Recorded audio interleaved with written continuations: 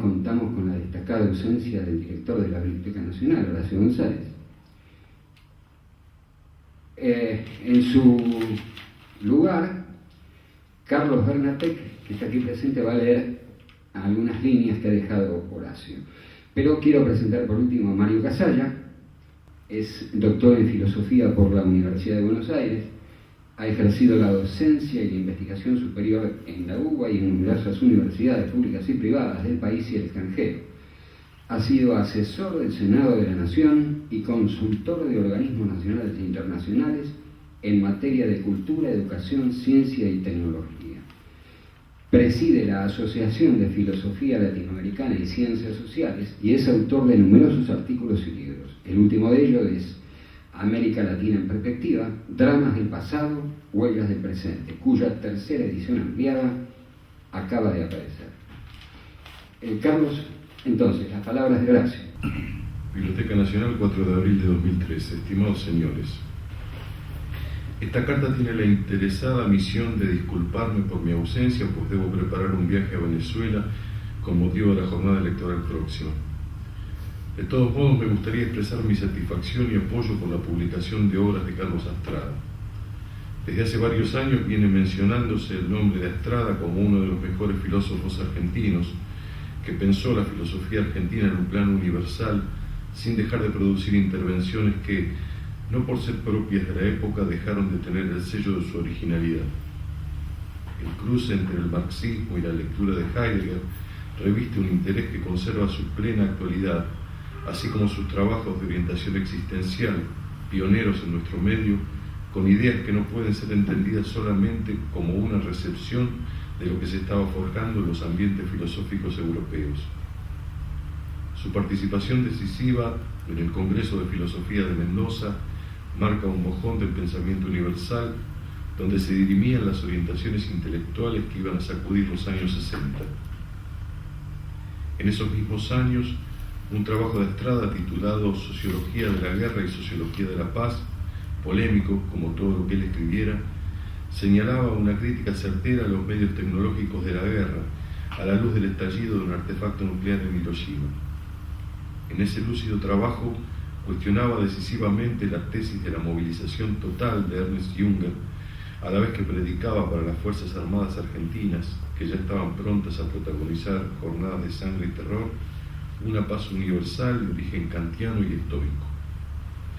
En años anteriores había publicado El mito gaucho, uno de sus libros más hondos y provocativos, en el cual la utilización de la noción de mito reviste una importancia fundamental para interpelar el devenir argentino, desde el plasma de los orígenes hasta las sucesivas transfiguraciones que adquiere el pueblo argentino a la luz de los hijos de Fierro. La interpretación del Martín Fierro, recurriendo a fuentes relacionadas con las más altas culturas de la antigüedad y las más complejas religiones, da una visión de lo que llama el karma argentino de gran capacidad revulsiva. La obra de Carlos Astrada está relacionada con la de Leopoldo Lugones, Ezequiel Martínez Estrada, Juan José Hernández Arregui, que entre otros son los puntos más altos del pensamiento nacional. En su libro El marxismo y las escatologías, reveló en los años 60 las particularidades de su gran aventura interpretativa de las grandes ideas sociales y teológicas de la humanidad. Estudiar, rever y producir un retorno de su figura a nuestro horizonte intelectual del presente es un hecho de gran significación. Horacio González. El profesor Casalla, Mario Casalla, por favor. Bueno, buenas noches a todos.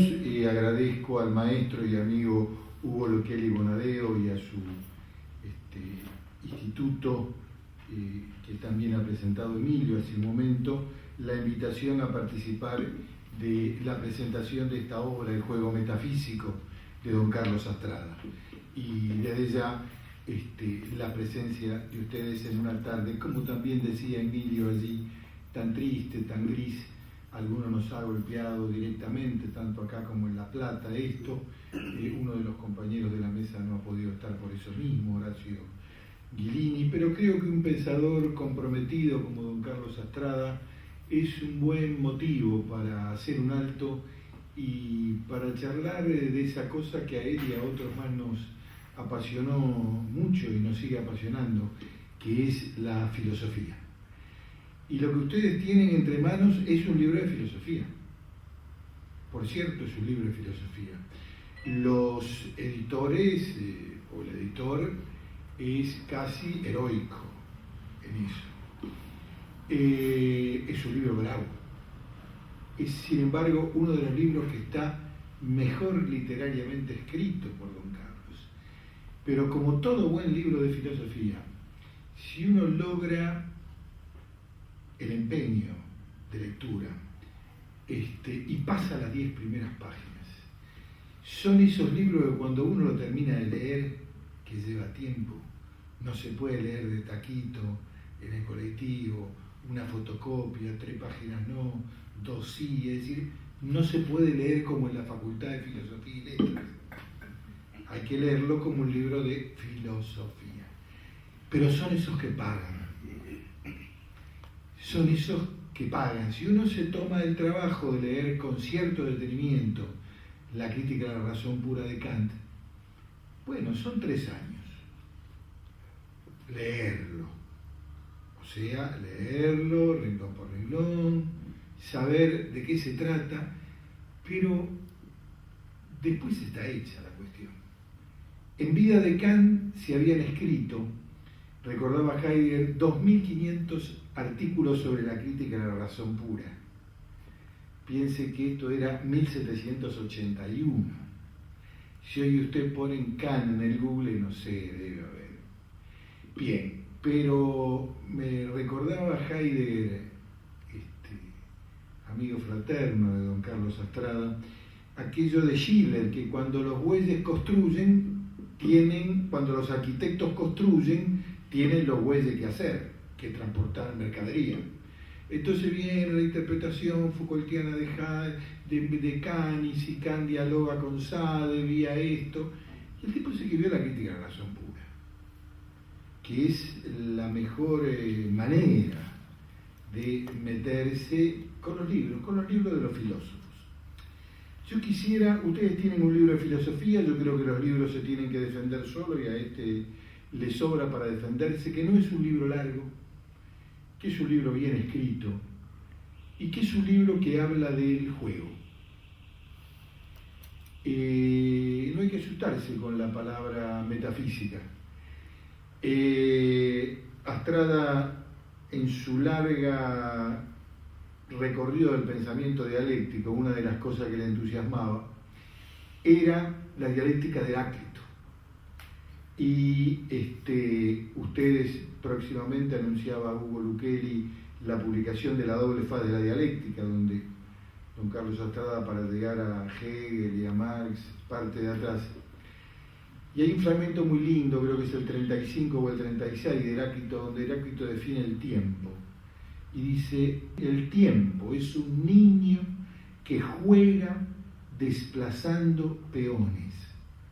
El tiempo es un juego, es el reinado de un niño. De manera que la aplicación de la noción de juego a la filosofía de Scherer y Heidegger, que es lo que intenta don Carlos en el libro, pucha que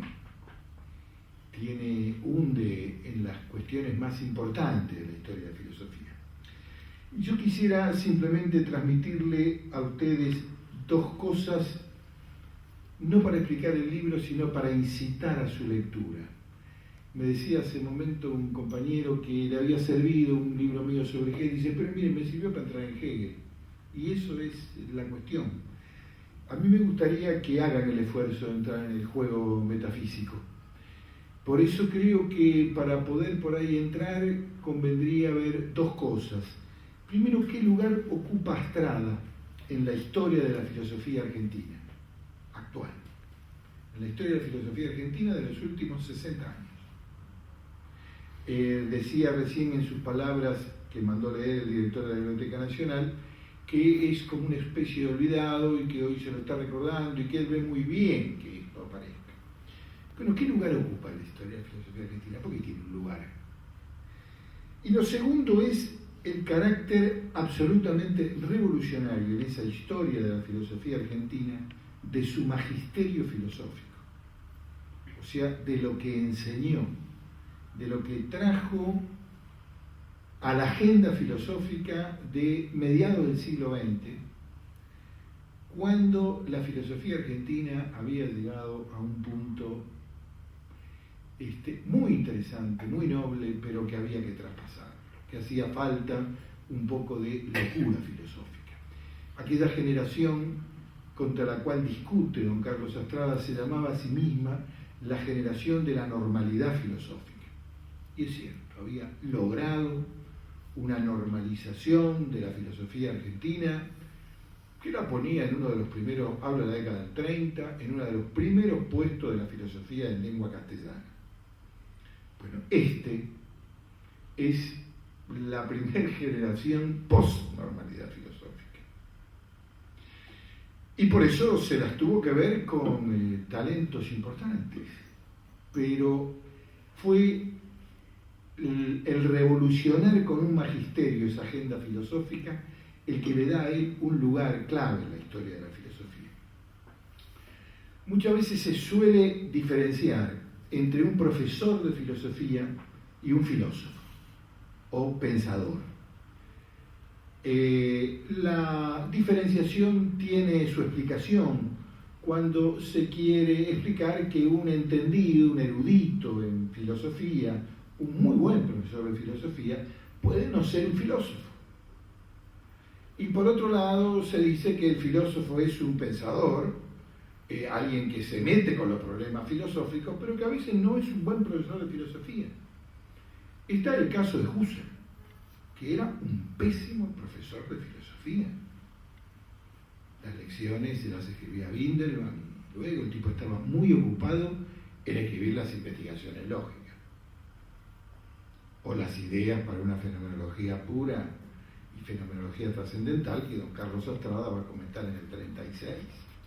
O sea que no generalmente van de la mano un buen profesor de filosofía y un filósofo, un tipo que tiene además en la cabeza una preocupación filosófica.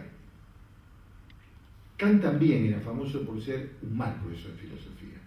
Además, mientras estaba escribiendo la crítica de la razón pura, el tipo enseñaba la lógica más clásica de su época.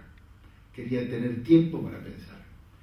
Yo diría que don Carlos Astrada es uno de las pocas ejemplos, no es el único, no quiero ser injusto, en la historia de filosofía más contemporánea argentina, donde se amalgamaron de manera notoria el ser un profesor de filosofía y el ser un filósofo.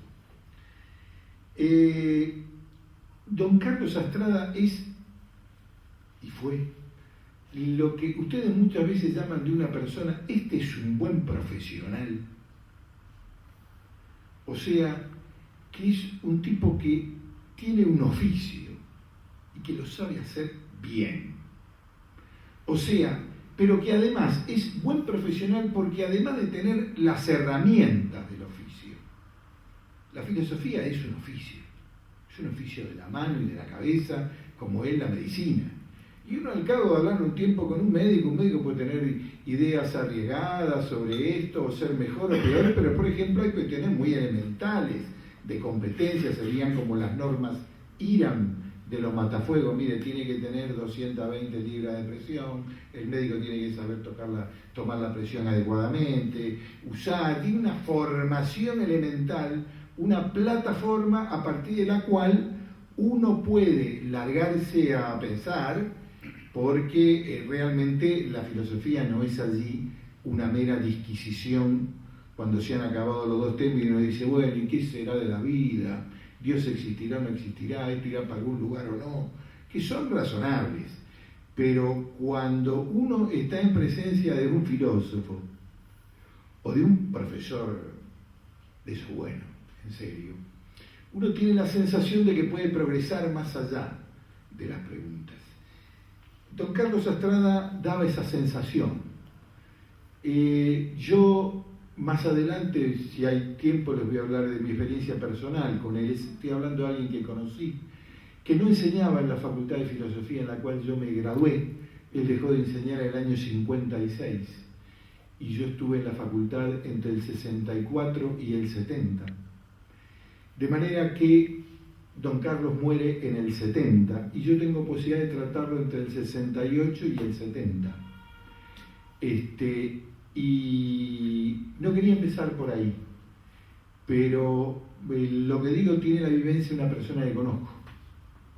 O sea que cuando la primera vez que lo vamos a ver con un grupo de alumnos de la carrera de filosofía y sin que nadie se dé mucha cuenta, porque no estaba bien ir a verlo a Carlos Astrada, en principio la primera sensación que uno tenía, sabe de qué se trata.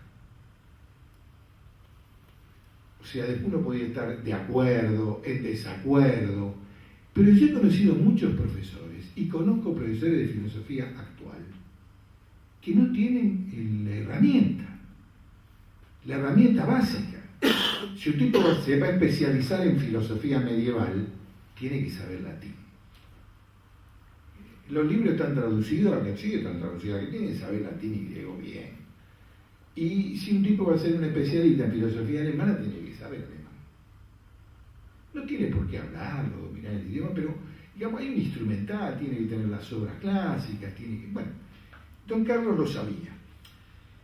A partir de que el tipo cumplía la plataforma de conocimiento elemental para manejar una disciplina, yo creo que lo primero que le debemos es la fundación de una agenda filosófica argentina en la década del 30 y del 40, que revoluciona de allí en adelante, como hace siempre la filosofía, muy lentamente en los próximos 30 años, es decir, entre los 40 y los 70, la agenda de la filosofía argentina. O sea, no solo piensa algunas cosas por parte de él e innova, sino que además tiene un magisterio. O sea, trae una cantidad de cosas que no estaban en la filosofía argentina hasta el año 1900. Este libro es del 42, por ejemplo. Pero el tipo empieza en el 36. Piensen que Husserl estaba trabajando en ideas todavía. Bueno, pero ya vamos a ver eso. ¿Qué trae a la agenda filosófica argentina? Trae 4 cosas que antes de él acá no se enseñaban. Y de esto hay pruebas. Trae e introduce la fenomenología de Husserl. Husserl era desconocido en la filosofía, a no ser como un profesor de filosofía alemán que enseñaba ya hasta el año 40. O sea, lo trae a Husserl. Trae la ontología existencial de Heidegger.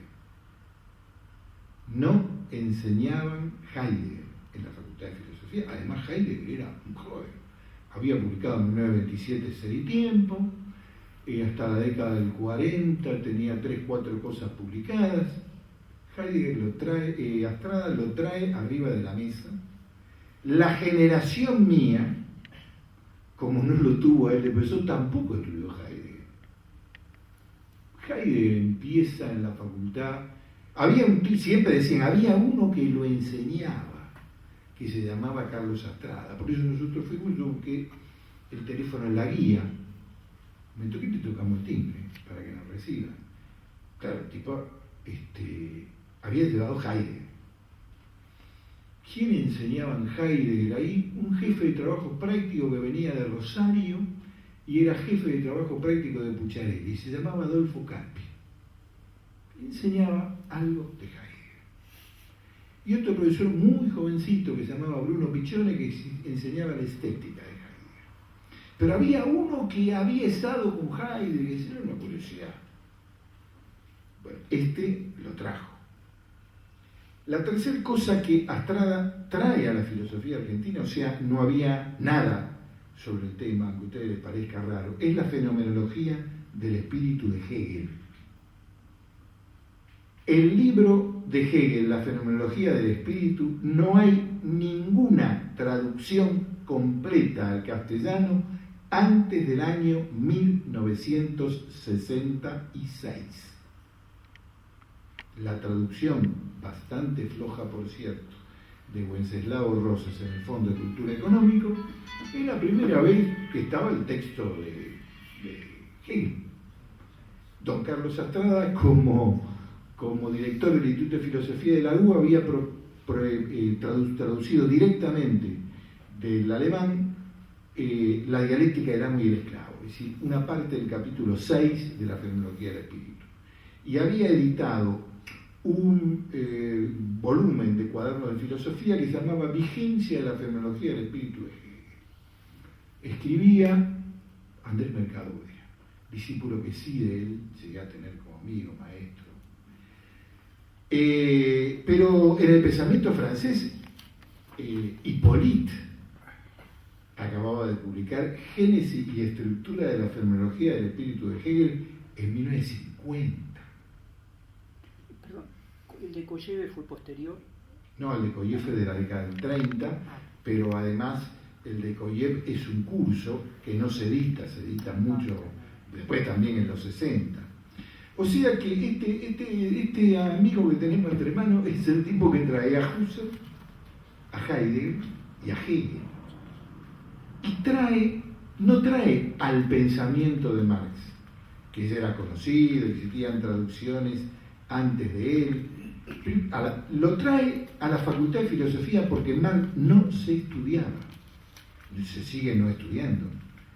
Los filósofos tienen el argumento que Marx es economista, dice, se estudia en la Facultad de Economía. En la Facultad de Economía no se estudia porque es filósofo. Entonces los estudian los economistas y los sociólogos. Pero el Marx filósofo, y lo que generó, como sabía muy bien Hegel, lo que generó Marx y los debates posteriores del pensamiento marxista, especialmente Mao, Ho Chi Minh, Karel Kosik, todos los debates incipientes en torno al pensamiento de Marx de la década del 50 y comienzo de los 60, es Carlos Astrada. En un libro de dialéctica y enajenación en la fenomenología y en los manuscritos.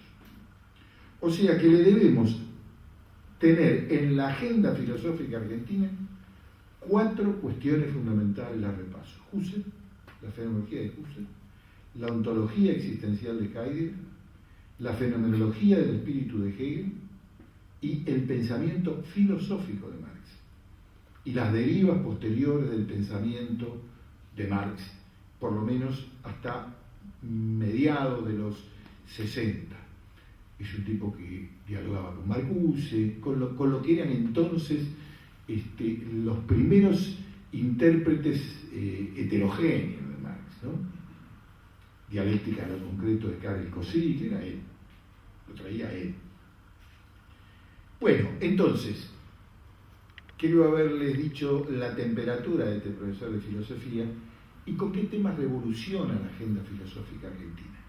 Para poder ver que eso es una revolución, paso a la segunda parte de lo que le quería decir, que es qué significó, en qué andaba la filosofía argentina en 1940, que cuando este libro se publica, pero él había publicado antes otras cosas. La filosofía argentina en ese momento estaba en un ideal que se había colocado a sí mismo, que es muy noble, el ideal de alcanzar la normalidad filosófica. La palabra es de Francisco Romero, que es el gran contrincante en temperatura y en altura con Carlos Astrada. No solo un contrincante político, que es allí lo más fácil de ver, es además un contrincante filosófico. Francisco Romero era 3 años más grande que Astrada. Para que se ubiquen, sin embargo, muere en 1962. Astrada muere en el 70. Francisco Romero es delegado normalizador de la Facultad de Filosofía en 1955. Uno entra y uno sale. Es obvio las razones políticas. Pero además es cierto que también entra una filosofía y sale otra. La segunda generación de la normalidad filosófica, que es la que yo vivo en la otra facultad de filosofía, recae en la anterior y olvida bastante a Romero. Bueno, Francisco Romero era un oficial del arma de ingenieros, un capitán del arma de ingenieros, era español, había nacido en Sevilla, no era filósofo de profesión, era filósofo de vocación, estudioso. Era profesor titular en la Facultad de Filosofía y Letras de la UBA y en La Plata, también en la Nacional, en el mismo momento que Carlos Astrada era profesor. Ambos fueron profesores del 36 más o menos al 46.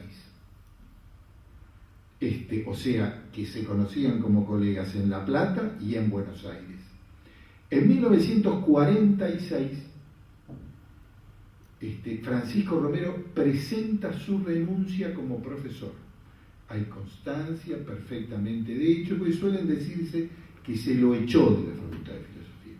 No se lo echó, su propia esposa, que lo llegué a conocer y tuvo contacto. El hombre presenta su renuncia indeclinable como profesor, tanto en Buenos Aires como en La Plata. Va a ser luego, sin embargo, el que no va a tener la misma actitud con don Carlos Astrada. Pero don Carlos Astrada no echa a Francisco Romero de la facultad. Los dos eran profesores. Además, don Carlos Astrada no lo reemplaza a Francisco Romero en su cátedra, sino que va de director del Instituto de Filosofía. Tampoco era el decano de la facultad. Y va a dictar Historia de la Filosofía Contemporánea, que era su materia. Don Carlos Astrada, como le dije, comparten ese magisterio y realmente para poder ubicarse en la temperatura de don Carlos Astrada hay que comentar un poco la de Francisco Romero. Francisco Romero es el continuador en la cátedra de otra figura importantísima de la filosofía argentina, que es Alejandro Cor. Alejandro Cor es 40 años más grande que Francisco Romero, pero Alejandro Cor es el iniciador en la Argentina, en la década del 20, de la reacción antipositivista en la filosofía argentina. Es decir, atrás de Alejandro Cor, que es además el primer decano de la reforma universitaria en la Facultad de Filosofía y Letras de la UBA. Bueno, Alejandro Cor tiene como discípulo a Francisco Romero. Y tanto Francisco Romero como Alejandro Cor van a dar, la batalla de ellos es contra el positivismo.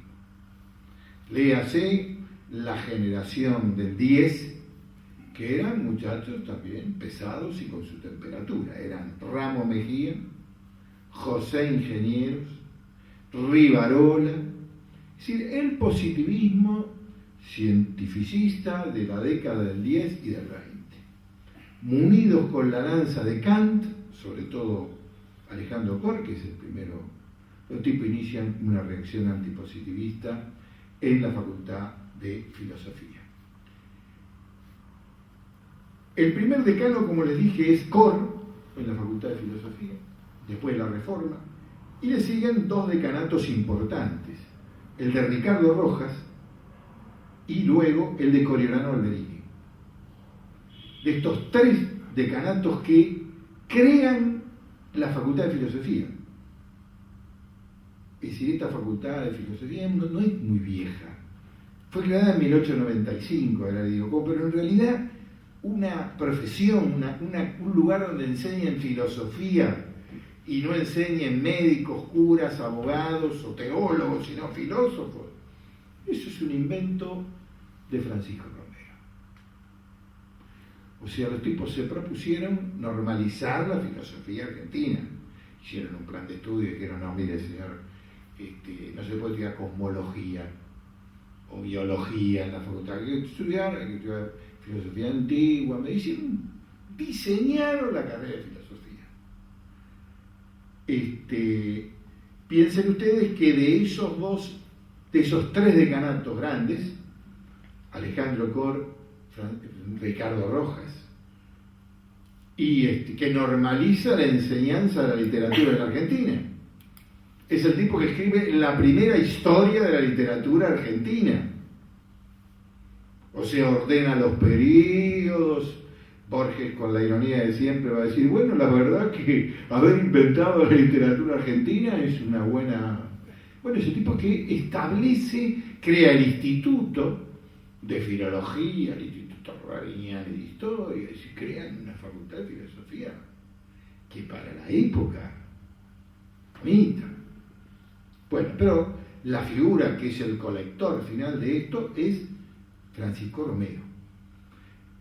El puente entre esa generación y lo que trae Carlos Astrada es Coriolano Alberini, que es el decano de esa facultad de filosofía del primer gobierno peronista.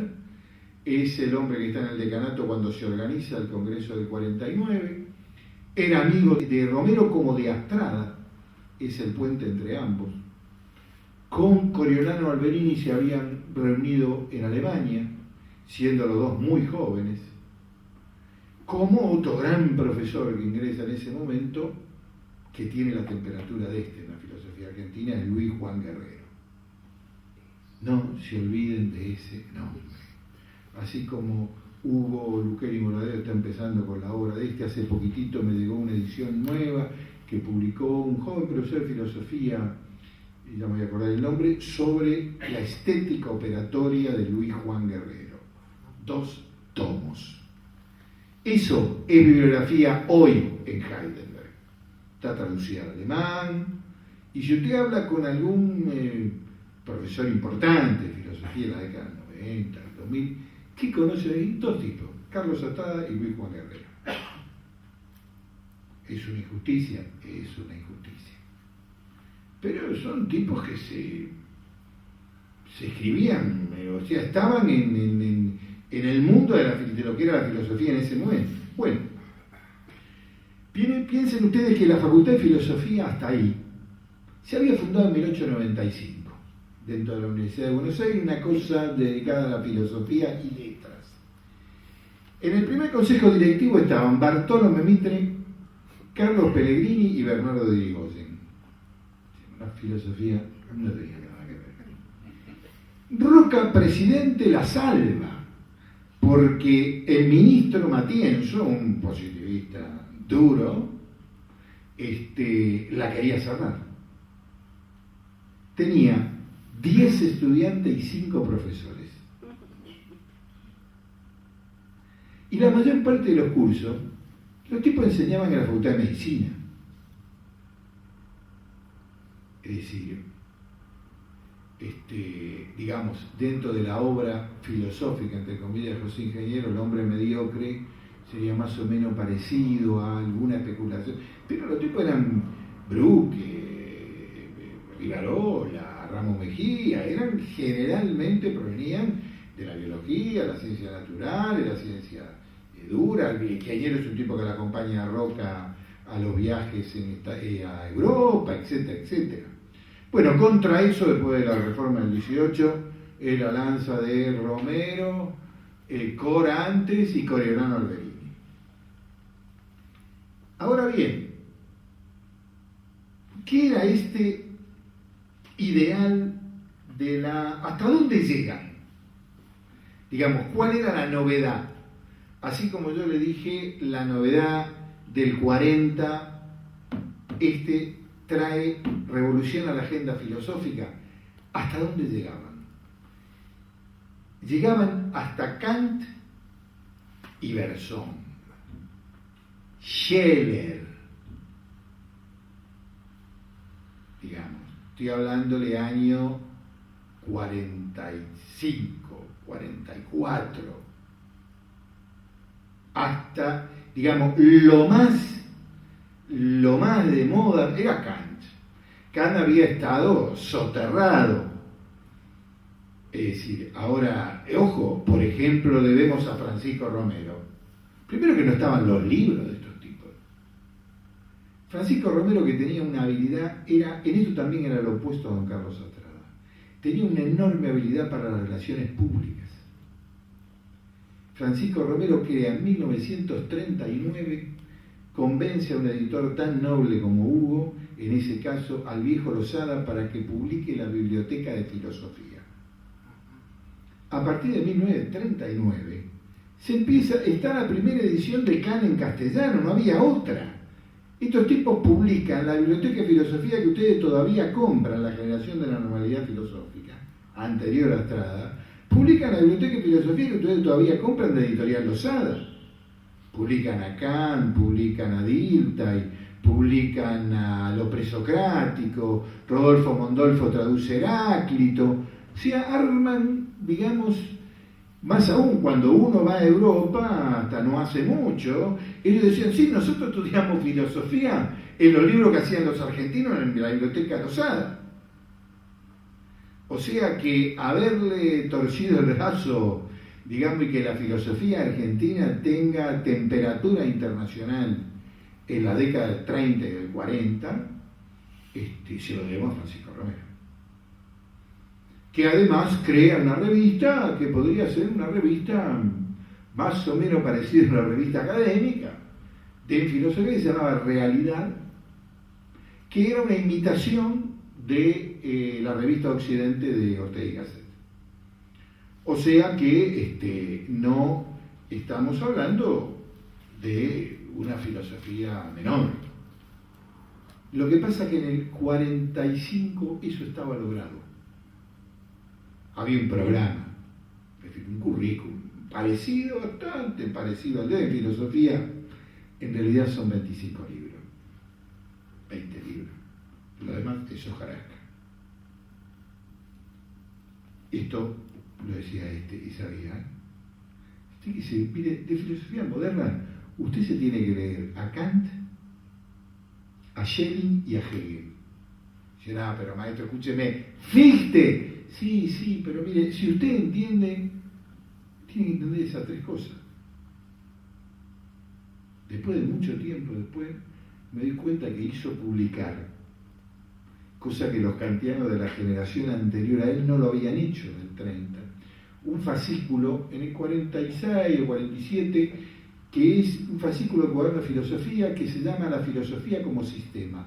Todavía se vende en la oficina de publicaciones de la Facultad de Filosofía en Puana y número viejos, como todavía hay también acta del primer Congreso Nacional de Filosofía cuando vayan a Mendoza. Cómprense, los 3 originales están en el sótano de la Universidad del Sur. Hace 7-8 meses mandé uno que se compró un ejemplar. Pero hizo publicar La filosofía como sistema, Carlos Astrada, que es el primer prólogo a la crítica del juicio de Kant, que faltaba en la edición castellana que hizo publicar Francisco Romero. Faltaba porque Kant la había sacado, pero era absolutamente, en la edición que tomaron para hacerla, pero era absolutamente importante para poder entender la unidad de las 3 críticas. El viejo Astrada la publicó, la tradujo del alemán y le hizo hacer a 2 o 3 que por ahí un comentario crítico absolutamente pertinente todavía hoy. Pero en el año 1941 la filosofía se había detenido en Kant, Berzón y lo que más se atrevían, Scheler. 41. Heidegger había publicado en 1927, 1924, septiembre. Husserl, estaba casi todo publicado. Marx, ni por casualidad.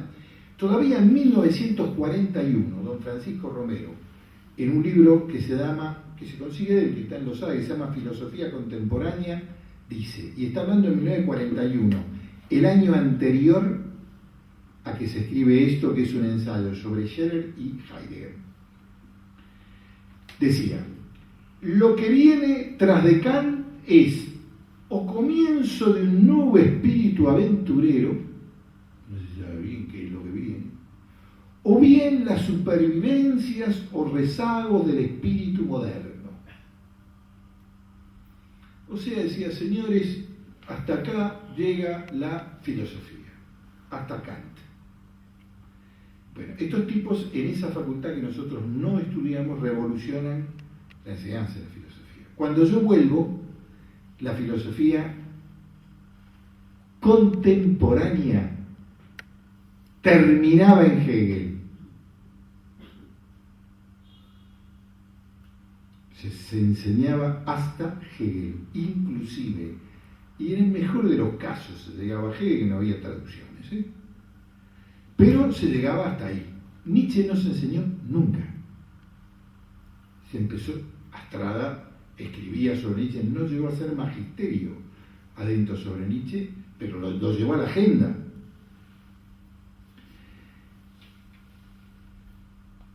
Más aún, don Francisco Romero decía que hay un tal Heidegger, dice, pero que es sumamente oscuro.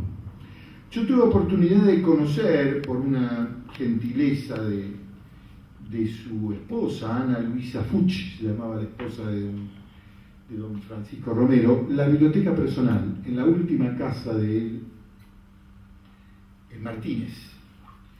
Bueno, casi todos los libros, si ustedes se toman el trabajo de verlos, son todos editados en Alemania, antes de 1930.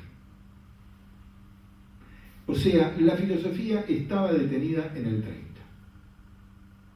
y llegaba hasta Kant como reacción antipositivista.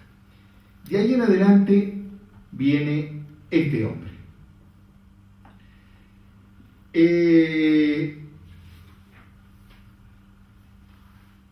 Creo que esto es motivo más que suficiente para que ustedes intenten con este libro. Es decir, es un tipo que sabe de qué habla, no toca de oído, no leyó en realidad Ferrater Mora un poquitito avanzado, o conoce a Kant vía lo que cuenta García Morente, o a Heidegger lo leyó por Carpe, pero leyó. O sea, la primera cuestión de no pérdida de tiempo es que estamos ante un tipo que sabe de qué se trata, digamos, es como un médico que tiene el instrumental adecuado. Y lo segundo es que el tipo revolucionó la agenda filosófica argentina. Es decir, esa agenda filosófica que queda tapado por el Onganiato, y que es la facultad que nosotros padecemos, y que luego está en unos pocos años, pero vuelve a ser tapada por el proceso genocida del 76 en adelante.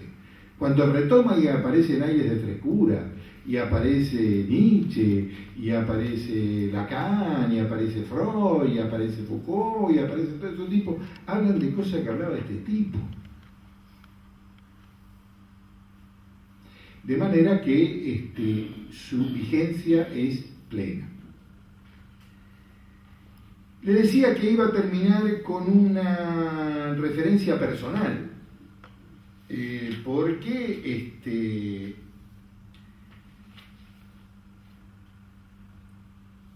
había que aguantárselo al viejo Astrada.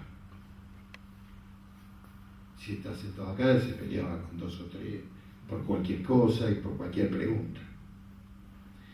Pero era un intempestivo, pero no era intemperante. Yo le decía que vivía exactamente y muere a 15 cuadras de acá, a la vuelta de donde ese señor tenía el Instituto Luquel y Bonadeo, que daba en la calle Santa Fe y Anasagasti. Don Carlos Astrada vivía en su último domicilio en la calle Coronel Díaz, entre Güemes y Santa Fe, en la vereda donde está hoy el Banco Galicia. Yo de casualidad hace muchos años que vivo a la vuelta, así que cuando daba la vuelta hoy para venir caminando hasta la Biblioteca Nacional y pasaba frente a la casa de don Carlos, miraba el tercer piso y digo, ¿dónde estará el viejo? En el departamento del viejo vive hoy una jueza federal.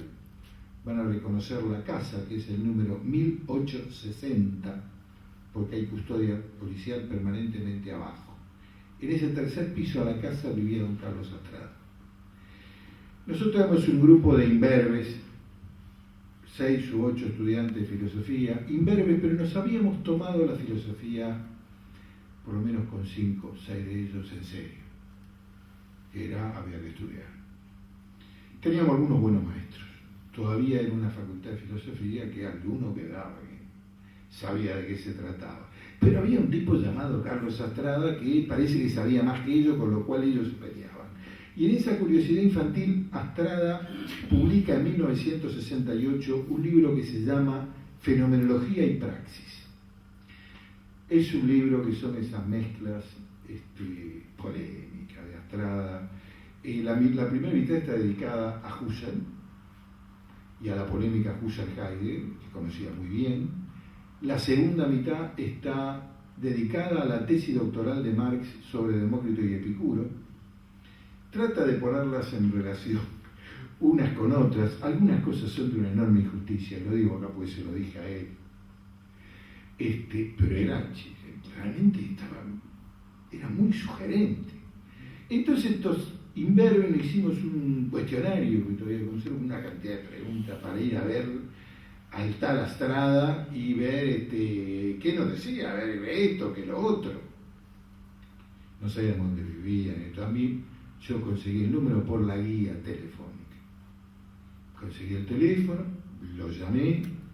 El viejo dijo, ¿para qué me quieren ver? Le digo, somos estudiantes de la Facultad de Filosofía y Letras. Esa verdurería, dijo, de ahí vienen, estudien mucho. Antes le digo, no, mire, maestro, nosotros sabemos de qué se trata, lo queremos conocer.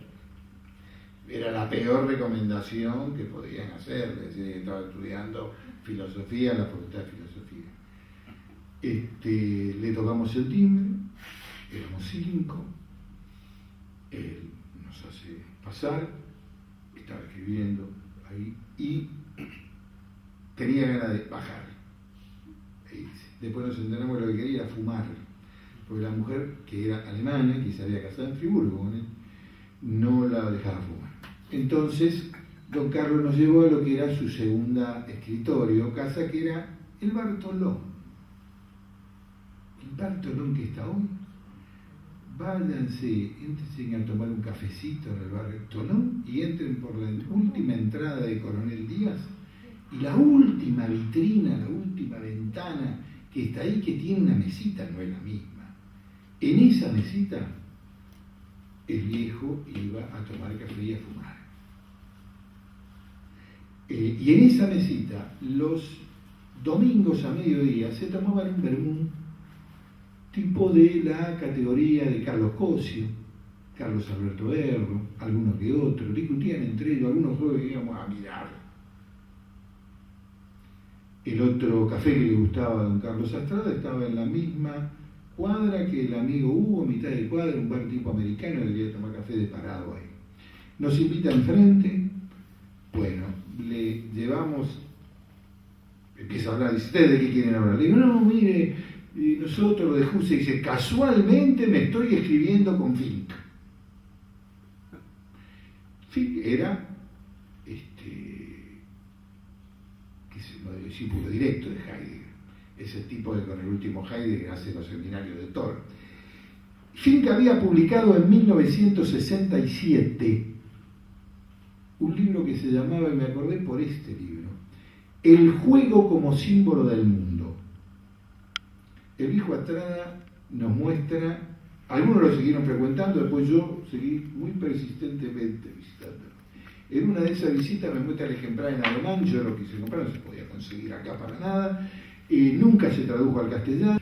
Bueno, hoy, antes de venir para acá, me le puse a releer la bibliografía que cita Fink. La verdad es que para el 67 este libro lo tenía que haber citado. Cita cosas sobre el mito y sobre el juego, todas europeas, algunas muy viejas, como Malinowski, etcétera, etcétera. La verdad que si estaba enojado por eso tenía razón para enojarse. Los dos primeros capítulos de este libro están en la misma tónica sobre lo que escribe Fink en los 60.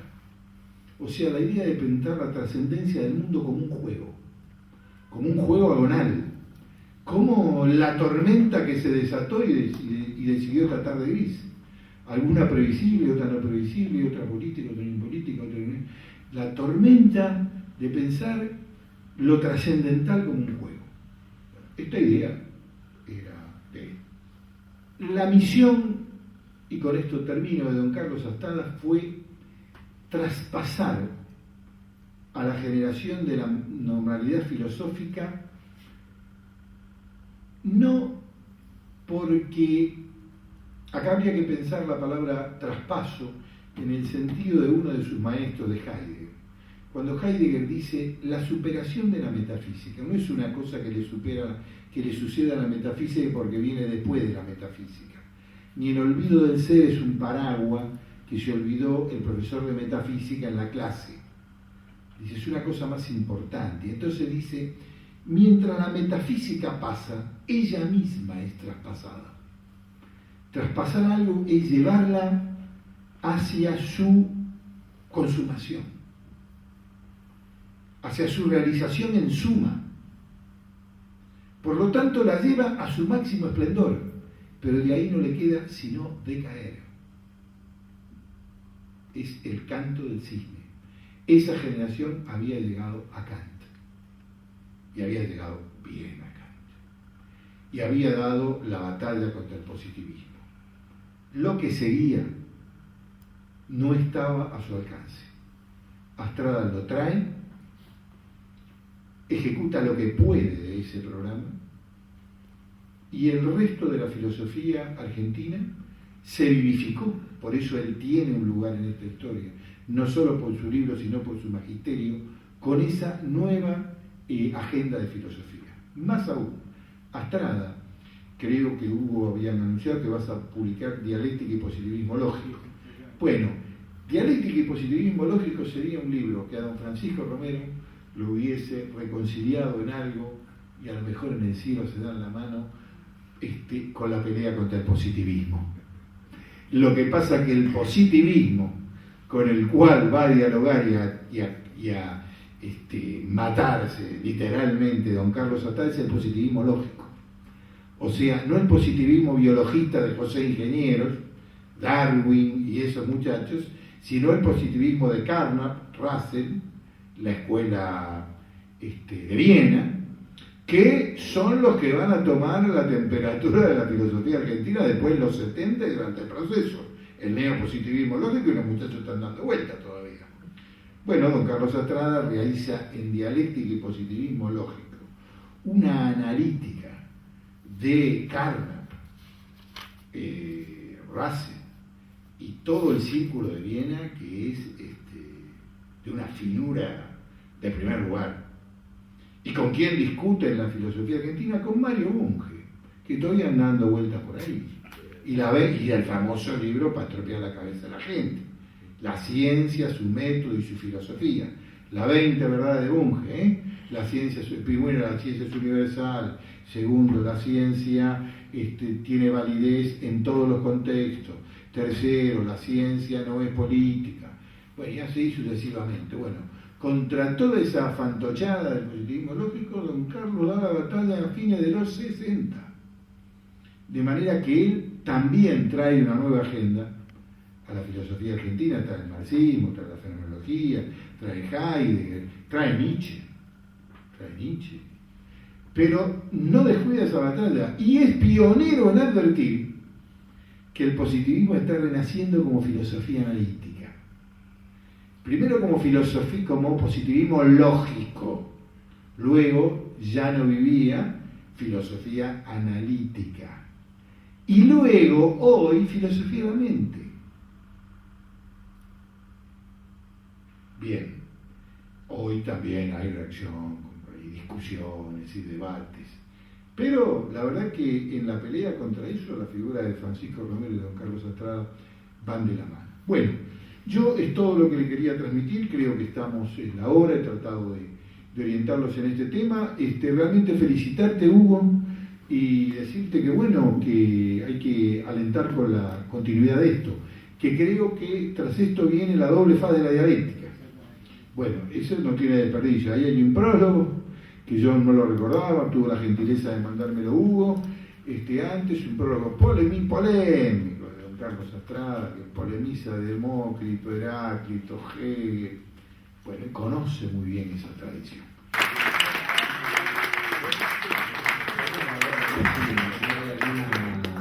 Pregunta a alguien que que haya quedado algo un poco... Don Carlos Astrada era un tipo que podía agarrarse a trompada por una discusión entre Parmenides y Heráclito. O sea, durante el Congreso de Filosofía del 49, no eran ningunos niños de pecho, los tomistas se agarraron a trompada con los existencialistas. Y estaban divididos entre ellos a su vez en dos grupos. De un lado estaban los tomistas puros, que eran enemigos declarados de don Carlos Astrada, estoy hablando Cepich, Nimio Danquín y Monseñor de Lisi, que era sin piedad. Pero por otro lado había un grupo de existencialistas que eran existencialistas católicos, es decir, Gabriel Marcel, Unamuno, el padre Unamérites, que eran aliados tácticos en eso. Y en el campo de don Carlos Astrada, de la filosofía existencial, que era la filosofía de posguerra, estaban también dos grandes líneas. Por un lado, los sartreanos, eran Ángel Vassallo en ese momento, y los heideggerianos, husserlianos, que eran, digamos, lo miraban a Sartre de ser y nada como un discípulo y decían, bueno, la verdad que después de haber escrito el Ser y Tiempo, uno lee el Ser y nada y dice, los franceses escriben en 500 páginas lo que un alemán cuenta en 40. Quizás sea injusto, pero don Carlos Astrada pensaba así. Entonces hubo problemas políticos y hubo problemas filosóficos. O sea, es una generación, en este sentido, como quizá otra vez no hablemos, no quiero dejar la imagen, no eran tipos capaces de matar como ahora por una ayudantía de trabajos prácticos. No. Estos mataban por algo grande. Es decir, la verdad que para echarlo a Francisco Romero o echarlo a Carlos Astrada había que tener una cosa en la cabeza, además de tener poder político. Pero los tipos tenían cátedras montadas como corresponde. Don Carlos Astrada no renuncia ni lo echan en 1955. Seamos también justos. Es peor aún que Carlos Astrada, digamos. Pasa aún, él lo echan en el 56. Pero ¿qué hace cuando don Francisco Romero asume el rectorado, asume el decanato de la Facultad de Filosofía y Letras? Pero además, el rector del rectorado de la universidad vienen dos ilustres argentinos, próceres y enemigos públicos de don Carlos Astrada, y muy caracterizados, Luis Alberto Romero y Ricieri Frondizi. Una de las primeras cosas que el rector nuevo hará, interventor de la universidad, es declarar que los concursos consustanciados entre 1940 y 1955 quedan anulados. Se declara a los profesores en estado de comisión, no se echa a nadie y se le dice que deben revalidar sus concursos. Don Carlos Astrada era en ese momento, sí, profesor titular de la cátedra de Gnoseología y Metafísica, había concursado la cátedra hacía 4 años, tenía validez en el concurso, y el claustro de profesores enseñaba Ángel Vassallo, enseñaban Luis Alberto Romero, la gente que había estado durante la época de Francisco Romero, muchos de ellos estaban, pero se dividieron en dos partes. La mayoría acató el decreto firmado por Aramburu Rojas, el viejo me lo mostró y está. Y creo que por ahí David lo cita, el número de decreto, que declaraba a los profesores en comisión y los invitaba a presentarse a concurso. Don Carlos Astrada no aceptó presentarse a concurso, ni aceptó dejar el cargo por concurso que tenía de director del Instituto de Filosofía. Entonces, no solo no se escribió, y otros se escribieron en los concursos, algunos los ganaron, la mayoría no, porque entraron por designación hasta que se distanciaban de afuera, el claustro nuevo que trajo Francisco Romero, pero don Carlos Astrada se negó a reconcursar la cátedra y se negó a dejar el otro cargo que ganaron por concurso, entonces por lo tanto lo dejaron administrativamente prescindible. va a enseñar a Bahía Blanca, va a enseñar cómo puede a La Plata. Imagínense haberlo tocado el timbre. Todavía 8 años después tenía la misma bronca que parecía que había ocurrido hace 10 minutos. Para peor, la bronca era doble en esa época de los 60. Tenía rabia contra los liberales de la vieja Facultad de Filosofía, pero tenía rabia contra el peronismo. Por lo tanto, cuando algunos de los que estaban ahí identificados dicen, no me vengan a hablar de pelotudeces, no, mire maestro, nosotros no le queremos preguntar si usted escribió la comunidad organizada, no, nada que ver, nada de eso. Y bueno, la filosofía. Había escrito un segundo prólogo al mito gaucho que no tiene, un apéndice que no tiene desperdicio, se llama El manotón contra el maritón gorila, la cosa que dice, bueno. Después lo sacó. Pero, digamos, él sufre, la cuestión política es eso. Mientras que Francisco Romero renuncia. En el caso de don Carlos Astrada, tampoco hay una expulsión formal. Él no acepta concursar la cátedra ni ser reconcursado en el cargo. Legalmente era el profesor. Año después creo que le inició un juicio, cosa que no estoy seguro, no lo debe haber ganado. Pero bueno, esa es la parte política, ¿no? La parte de política académica. Pero insisto, eran algo más que una rosca política, de peronista, antiperonista, eran tipos que pertenecían a líneas filosóficas diferentes y además eran tipos que creían en serio en lo que estaban haciendo. A ver, un tipo como Francisco Romero y Berzón eran kantianos, pero no de mentirita, sabían Kant. Lo trajeron a Manuel García Morente a enseñar Kant, a Tucumán en 1930 y pico. Y la verdad que las lecciones preliminares de filosofía de García Morente, los 2 capitulitos dedicados a Kant, para quien quiera seguir teniendo una noble primera lectura, son buenas.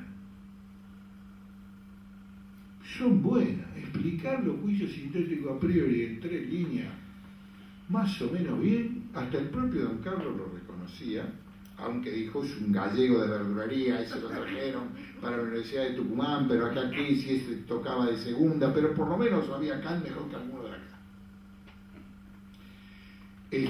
Así que te digo, lo que te puedo comentar de la política es eso. Después hay 10.000 anécdotas, ustedes pueden conocer varias y otras aquí. Ahí preguntaba algo. Dentro de ese momento de tipo político después del 56, ¿qué hay de verdad en el hecho de que los Romero, no sé cuál de ellos dos, queman las actas del Congreso del 49 en el momento que se hacen cargo de la facultad? ¿Ocurrió eso realmente? No, eso no ocurrió. Las actas del Congreso de Filosofía, los originales están, y está editado. Ahora, eso sí, yo les pido que se peguen un paseíto por el Congreso de Filosofía ese. No volvió a, ya creo que ahora van, no sé, para un 20 y pico nacional. Primero, no hubo otro hasta el año 1971. Aparte de los que vinieron, Gadamer, Lovitz, el Heidegger no puede venir, manda una carta, Gracie estaba presente. Yo en el año 93, merced a un colega alemán, yo estaba dando un curso en Freiburg en la parte de romanística. Este colega, Walter Brecht, había sido discípulo de Gadamer. Gadamer estaba ya muy viejito y vivía en Heidelberg. Le bromé y le digo, mira, me quiero hablar con Gadamer. Lo vamos a saludar a Gadamer. Gadamer, apenas hablamos de la Argentina, era, en el Congreso del 49, Gadamer era el tipo que pronuncia en la cena de despedida que se hace en Buenos Aires en el Teatro Colón, pronuncia el agradecimiento en nombre de los invitados extranjeros por ser el profesor más joven que había venido. Esa era la temperatura de ese congreso. Yo los invito a que vean las actas y vean qué hay en las actas. No hubo ni el del anteaño pasado, ni nada por el estilo, no. Bueno, y las actas están. Don Carlos Astrada hace una maniobra en ese congreso, Ese congreso venía manejado por la Universidad Nacional de Cuyo, que tenía un rector de lujo, Irineo Cruz, un filólogo a quien don Carlos Astrada respetaba todo, pero un ambiente de filosofía. El Instituto de Filosofía de la Nacional estaba muy dominado por el tomismo. Pero a ver, tomismo con temperatura, ¿eh? Serpich Lange era un tipo que sabía la propedéutica filosófica de Hegel igual que Astrada, con una interpretación tomista. No eran chistes. Y el secretario académico de la facultad de la Universidad Nacional de Cuyo, a quien le habían encomendado encaminar, coordinar la lista de invitados, se daban cuenta que iban a ser todo tomista. Tomismo, pero tomismo ni siquiera Gilson, ¿eh? Tomismo puro y duro. Entonces era Luis Felipe García de Enrubia, a quien Astrada va a llevar luego a la Facultad de Filosofía de acá.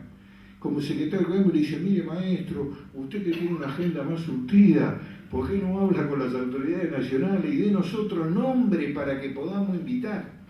Y don Carlos Astrada empieza una serie de dilaciones. El congreso tenía que hacer en el 48 y logra el congreso sea un año después, y logra que la apertura se haga en Mendoza, pero la clausura en Buenos Aires, de manera que las actas estuvieron al cuidado de Coriolano Alberini, presidente del Congreso, y cuidó las actas.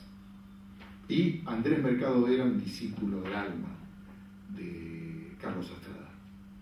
Y Carlos Astrada, bueno, tiene ahí 3 ponencias que la verdad que todavía aguantan. De todos modos, yo digo, ¿no?, que la vida de Astrada, por él o a través de su familia, recorre los grandes hitos de la historia argentina, los grandes dramas de la historia argentina. Un tío, Domingo, fue colonizador, colonizador pacífico, entre comillas, si vale la paradoja, ¿no? En el noreste, fundador de escuelas, Y si la cara indiada de don Carlos, que como si le estuviera viendo, era un cosa, era la más antiale. En Alemania debe haber sido un espectáculo. Es como Borges cuando dijo, después de ir la primera vez a Estados Unidos, como la habían ido, y si imagínese sudamericano, ciego y hablando en inglés, fue un espectáculo. Debe haber sido un espectáculo. Lo que pasa es que hablaba alemán perfecto, se casa ya con una alemana, y además era muy entrador, por peleador, se atrevía. Había que ir a decir teta a teta Husserl, ¿no?